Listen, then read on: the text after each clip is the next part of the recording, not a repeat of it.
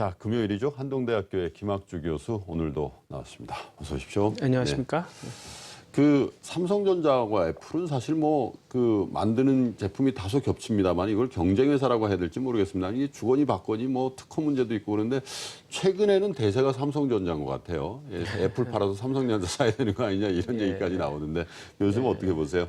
그래서 뭐 말씀하셨듯이 애플이라는 회사가 그 스마트폰을 갖고 있긴 하지만 사실 하드웨어에서 돈을 버는다기보다는 그러니까요. 이제 뭐 그 이제 소프트웨어, 그러니까 이제 애플리케이션 있지 않습니까? 그쪽에서 차별화해서 이제 부가가치를 하려고 그러는 거죠. 그리고 앞으로도 인공지능이라든가 뭐 빅데이터를 이용해서 사람들이 어떤 그런 맞춤형 서비스를 지향하고 있으니까 이 회사는 사실 이 마이크로소프트나 이제 구글하고 비교를 해야 되는 거고요. 반면에 삼성전자는 확실한 그런 하드웨어 업체였었죠. 근데 지금까지 어떻게 생각했었냐면 이 대세는 결국은 이제 그 하드웨어 소프트웨어로 간다. 이제 하드웨어가 이제 그 몰가치화 될 것이고 아주 완전히 레드오션으로 갈 것이고 소프트웨어에서 차별성이 있을 것이다. 그래서 애플을 사고 삼성전자를 팔자 하는 게 대세였었고 결국 주가도 그렇게 흘러왔었죠. 근데 아무리 기다려도 그런 흐름이 나타나지 않는 거죠. 그래서 이제 지쳐가는 거죠. 뭐 근데 우리가 간과했던 게 뭐였었냐면은 이제 좀 뭐 저기 이 소프트웨어를 중심으로 한 신경제가 좋죠. 근데 그게 이제 국영제를 무너뜨리면서 오는 거잖아요. 그러니까 이제 뭐 자율주행차가 좋죠. 그러나 그게 이제 가장 지금 고용을 많이 일으키고 있는 이 석유 엔진 자동차를 무너뜨리고 그다음에 이제 온라인 같은 경우도 사람들한테 이 염가의 서비스라든가 편의성을 주지만 사실 그 자기네들도 돈을 못 벌고 오프라인을 무너뜨리고 있으니까 이제 그 부작용이 있는 건데 문제는 뭐냐면 지금 세계 경제가 취약하다는 거예요. 그러니까 마치 이제 수술을 해야 되는 환자가 체력이 없는 것처럼 이 소프트웨어를 통한 이제 신경제를 받아들여야 되는데 기존의 어떤 그러한 이 부가가치 하는 기업들을 무너뜨릴 수가 없다는 거죠. 그러니까 규제를 못 풀고 있어요. 그러다 보니까 이제 지금 IT에서도 할 수 있는 게 뭐냐. 아직까지 이제 우리가 바라는 건 안 오는 거고, 기껏 할 수 있는 게 하드웨어에서 그냥 차별화 정도밖에 없지 않는가? 그러니까 이제 삼성전자로 일단은 몰리는 거죠. 그러니까 좀 조합해 보면은 결국 이제 장기적으로 그리고 이제 전략적으로 봤을 때는 당연히 이 애플을 사고 삼성전자 파는 게 맞다. 그렇지만 지금 뭐 이 세계 경제가 어떤 그러한 이 소프트웨어를 통한 어떤 그 신경제를 받아들이는 체질이 될 때까지 밀어줄 만한 힘이 있으면 그 애플 쪽으로 축이 가는데 그 정도 체력이 없으니까 그나마 하드웨어의 개선을 하고 있는 삼성전자 쪽에 그렇죠. 그러니까 단기적으로 전술적으로는 오히려 그 반대 솔루션을 좀 찾고 있다 이렇게 볼 수 있겠네요. 그렇군요. 삼성전자가 뜨고 애플이 지는 걸 그냥 미시적으로 갤럭시 노트 7이 나왔으니까 이렇게 접근하는 게 아니라 소프트웨어와 하드웨어 사이의 어떤 역학 구도에서 그 해법을 찾을 수 있다 이런 말씀이신 것 같은데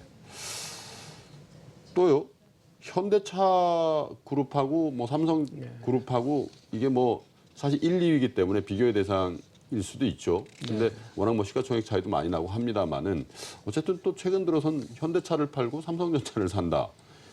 뭐 사실 한 3일 동안에 삼성전자가 비교적 큰 폭의 이 정도면 큰 폭이라고 보여지는데 조정을 받고 있어서 이런 말씀을 드리기가 좀 그렇습니다. 어쨌든 삼성전자 일면도의 어떤 그런 논리들이 계속 생산이 됐던 것 같아요.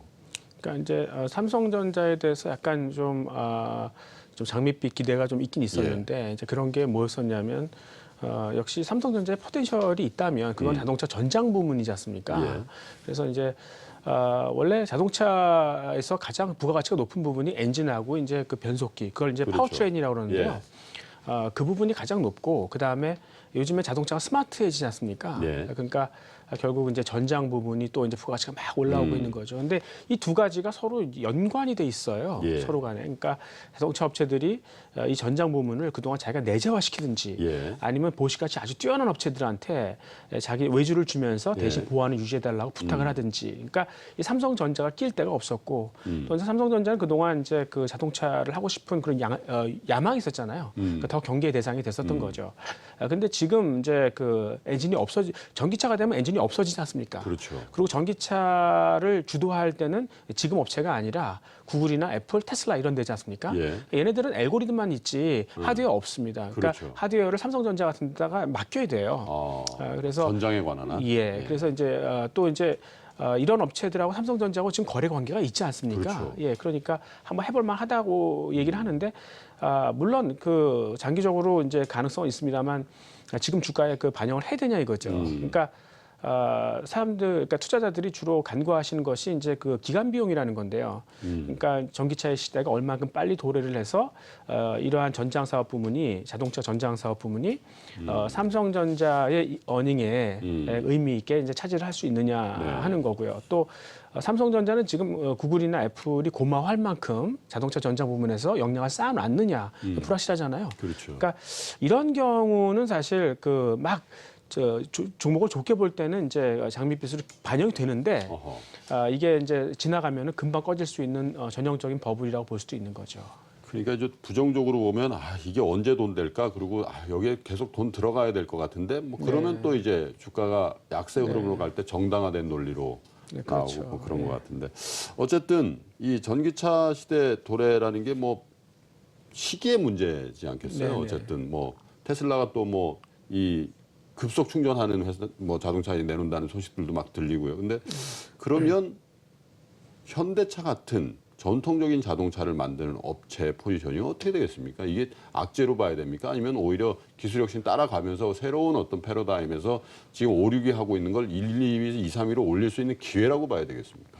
그 악재이죠. 예, 그러니까 이 현대차 같은 경우도 지금 뭐 사실 환율이 좋음에도 불구하고 실적이 그렇게 잘 안 나잖아요. 그러니까 가장 커다란 그러한 위협이라는 게 역시 그 배기가스 규제인 것 같아요.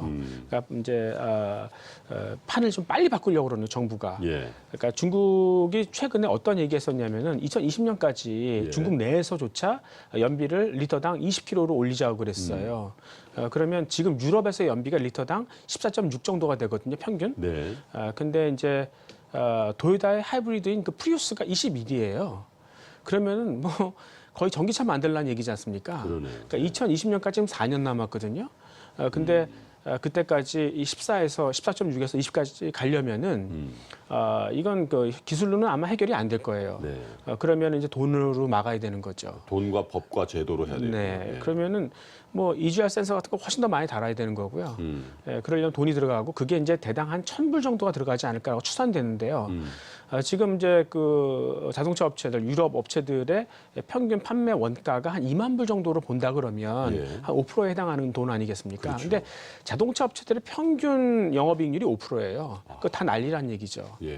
그래서 지금 뭐 조금 상당한 위협 속에 있는 건데 또 일각에서 이렇게 얘기하는 사람도 있어요. 그러니까 중국에서 그렇게 연비가 강화되면 결국은 이 가장 기술이 취약한 중국 현지 업체들이 타격을 받을 테니까 뭐 폭스바겐이나 BMW, 현대차 같은 또 오히려 더 살아남을 그런데 마켓쉐어가 좀 늘어날 거라고 분석을 하는데 그동안 사실 뭐 저기 중국에서 연비 규제가 굉장히 강화됐는데 로컬 업체들은 계속 점유율을 늘려왔잖아요. 왜 그러냐 이거죠. 그러니까 중국은 사실 자기네가 이 시장을 대기 때문에 사실 그 선진 업체들한테 그 기술을 뺏는 거죠. 그러니까 그분들은 기술을 조금만 더 빨리 뺐으면 돼요. 그러니까 사실 이런 논리는 맞지 않고 자동차는 지금부터 사실 좀 악재에 노출되어 있다 이렇게 좀 볼 수 있겠죠. 그렇군요. 중국 시장 내에서의 그 어떤 그 배기량이라든지 아니면 이 연비라든지 이런 그 개선의 속도가 중국 정부가 주도해서 막 재촉을 하게 된다라는 그런 새로운 환경이 결코 우리 현대차라든지 기존 업체들한테 유리하게 돌아가지 않을 것이라는 말씀이세요. 네, 세계 전체적으로 아마 위협이 될 거예요. 그렇군요. 현대차의 어떤 주가 흐름이 사실 뭐 교수님도 모두에 말씀 주셨습니다. 사실 비교적 유리한 환경이라고 우리가 봤잖아요. 그렇죠? 환율이라든지 뭐 또 엔저가 이제 끝나고 엔고로 다시 돌아왔고 뭐 그런 것들은 사실 예전의 안목으로 보면 현대차 집중 매수네 또 외국인들이 사네 뭐 이런 환경들을 저희가 이게 대화 시간에 많이 나누는데 거의 언급한 적이 없는 것 같아요, 사실. 네, 하여튼 가장 뭐 좀 크리티컬한 팩터라고 볼 수 있는 거죠. 사실 제가 이런 말씀 잘 안 드리고 싶은데요. 투자자 여러분들이 워낙에 관심들이 많고 또 마침 한 3일 조정을 받고 있어서 그냥 여쭤보려고요. 삼성전자가 뭐 사상 최고가를 뭐 갱신하고 있다가 조금 이제 조정을 받고 있습니다만은 이걸 지금 시장의 중심축으로 보고 따라 사는 게 맞는가 이런 얘기들을 많이 문의도 하시고 또 거기에 대해서 여러 가지 생각들이 다른 분들도 많으시더라고요. 교수님 생각 어떠세요? 그러니까 만약에 내가 펀드 매니저였다면 예. 나는 삼성전자 지금은 못 팔 것 같아요. 못 팔 것 같다는 건 없다면 더 사야 된다는 사야 되는 얘기죠. 거죠. 어허. 예, 그러니까 그 이유는 지금 삼성전자가 그 실적이 더 얼마나 더 좋아질 건가, 그러니까 얼마나 better than expected earning이 나올 것인가의 문제만 남은 거 아니겠습니까? 그러니까 사실 지금 하드웨어 쪽에서 예. 이제 그 플렉서블 OLED라든가 그 다음에 이 홍채 인식 같은 거가 지금 어필을 하고 있는데 그게 얼마큼 더 실적이 잘 나올 건지 그리고 이제 애플이나 구글이 그 맞춤형 서비스를 한다 그래도 결국은 그 인프라 깔기 위해서 반도체가 더 많이 들어가야 되는 거고 네. 그 초기에는 어차피 이 소재나 부품 쪽에서 협상력을 갖기 때문에 얼마나 더 마진을 많이 받을 수 있을까 이런 것들의 문제가 남았는데 이렇게 기대 이상의 이익이 예상되는 경우에 한 번도 저는 주가가 조정받는 걸 못 본 것 같아요. 예, 그래서 지금 주가가 모든 게 상대적인 건데 사실 대형주 중에서 실적 제대로 나오는 게 없지 않습니까? 물론 이제 삼성전자는 이제 앞으로 이제 중국 업체들도 이제 경쟁적으로 진입을 하고 그다음에 예. 새로운 기술이 들어와서 또 이제 이 레드오션을 만들어 놓을 거고 그러면은 그런 디스카운트 팩터가 있지만 지금 삼성전자의 실적 개선세를 이런 걸로 이제 디스카운트하는 건 약간 좀 배부른 소리 같아요. 예. 워낙 이제 그 비슷한 티어에 있는 그 회사들이 워낙 네네. 죽을 쓰고 있기 때문에. 그렇죠. 그러니까 항상 이렇게 희망적인 스토리가 얼마큼 더 좋아질지 이런 경우에는 주가가 그렇게 크게 밀리지 않는다는 거죠. 그래서 저는 사실 이렇게 절대적인 주가가 오를 것이냐 그거 장담할 수 없어요. 왜냐하면 모든 그 자산의 가격이 다 그 중앙은행들이 버블을 만들어놨기 때문에 그 정치적인 논리거든요. 그렇지만 이 인덱스에 대해서 지지는 않을 것 같아요. 그러니까 삼성전자 사고 코스피를 팔고 아니면 삼성전자 사고 현대차를 팔고 이런 것들에 대해서는 앞으로 좀 이렇게 초과이익은 좀 낼 수 있을 것이라고 보는 거죠. 김학주 교수께서 펀드 매니저라면 삼성전자를 팔 수는 없을 것 같다라는 그런 멘트를 들으면서요. 이 삼성전자 현재 주가를 한번 다시 쳐다보게 되는 그런 대목인 것 같습니다. 우리 시청자 여러분들이 또 많은 질문을 남기셨을 것 같은데요. 주식창 한번 연결해서 어떤 질문들이 들어와 있나 한번 살펴보도록 하겠습니다. 김수아 캐스터 나와 계시죠? 네, 오늘은 주식창 채팅방에서 삼성전자와 현대차, 전기차 산업에 대한 전반적인 질문들 받아봤습니다. 먼저 첫 번째 질문입니다. 전기차 생산과 유통뿐만 아니라 후방 산업에 해당하는 전기차의 이용과 매매, 그리고 배터리의 재활용과 폐기 등의 산업 발달 전망이 궁금하다라는 질문이었고요. 두 번째 질문도 확인을 해보겠습니다. 이 테슬라의 배터리 공장 2020년에 완공이 예정되어 있는 기가팩토리에 대한 질문인데요. 이 앞으로 국내 기업에 어떤 영향을 줄까요? 라는 질문이었고요. 마지막 질문 확인해 보겠습니다. 수소차에 대한 질문이 들어와 있습니다. 전기차 시대가 도래한다고 하는데 현대차는 세계 최초로 또 수소차 양산에 나섰었는데요.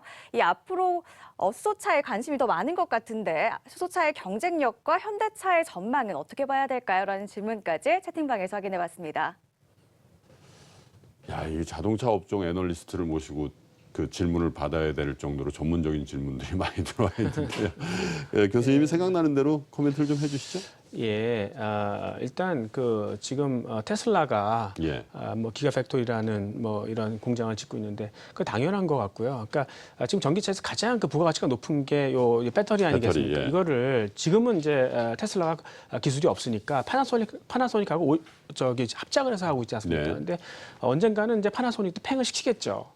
그리고 자기 혼자 하려고 그러겠죠. 그러니까 당연한 것 같아요. 그러니까 저는 사실 삼성 SDI나 LG화학이 여기서 그렇게 큰 돈을 벌 거라고 생각하지 않거든요. 예. 예, 그래서 오히려 이제 그런 밑에 테슬라에다가 납품을 할 수 있는 그런 게 있을까 하는 건데 네. 그런 소재 같은 경우는 사실 중국이 더 앞서 있어요.